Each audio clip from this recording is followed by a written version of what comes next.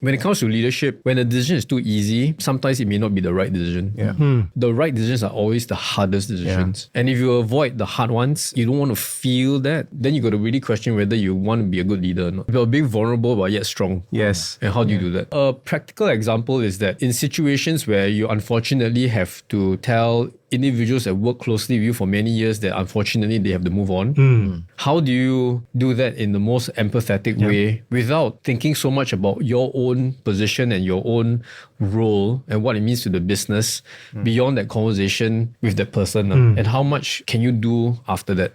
How much can you really push your leadership and control and power to make decisions that may or may not be what your boss like, but for who you stand for, and how far can that go? And if you can really ask yourself that question and be really uncomfortable to put yourself out there with that, then I think that's growth. Because the easy thing to do is to go, here's 3 months, so sorry, bye-bye. I don't think that's the way. I think we have a greater responsibility if we feel that part of our jobs is to improve people's lives. Again, comes back to purpose and intent. But I think that's something some young leaders struggle with.